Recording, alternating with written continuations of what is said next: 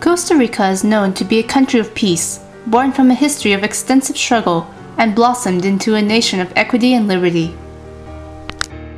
When Columbus discovered Costa Rica in 1502, he found several Aboriginal peoples already living there. These peoples were the Caribs, Borucas, Chibchas, and Diquis.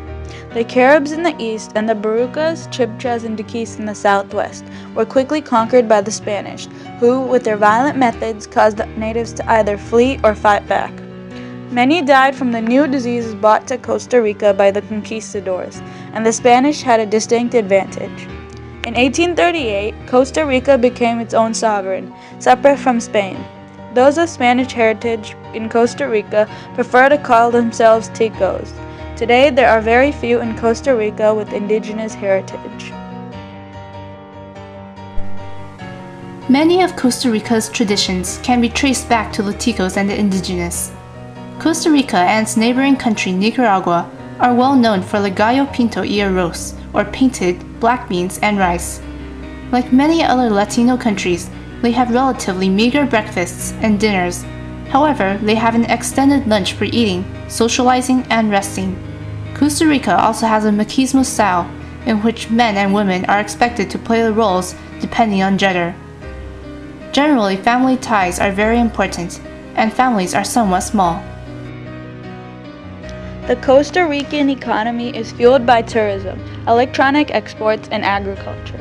With the colon worth 0.002 USD and a GDP of 45.13 billion USD, they have a stable economy in relation to other major countries.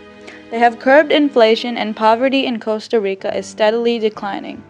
Costa Rica also has a freedom score of 67, 49th highest worldwide. The great deal of their source income comes from ecotourism, being one of the only places that has true ecotourism. Ecotourism is a unique feature pertaining to Costa Rica. Known for their expansive rainforests and eco-friendliness, they promote the preservation of resources and wildlife. 5% of the world's biodiversity lies in Costa Rica alone. Costa Rica also promotes eco-friendliness through using hydroelectric power and other renewable resources. Some say, though, that this eco-friendliness is only a facade. Costa Rica has had problems with deforestation.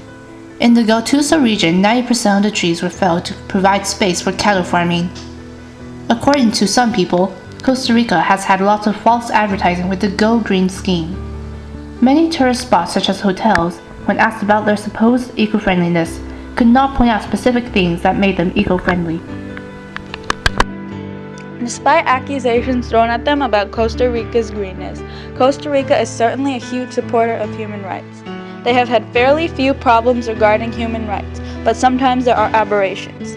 The judicial system in Costa Rica is heavily influenced by politics. With one president, 2 vice presidents, and 20 cabinet members, they have a democratic republic system. Costa Rica is also constantly having border issues with its neighboring country, Nicaragua. With no military and only domestic police, Costa Rica is negotiating with Nicaragua to establish set borders. Costa Rica's military was abolished in 1948 by the president of the time, who said that civil control was more important.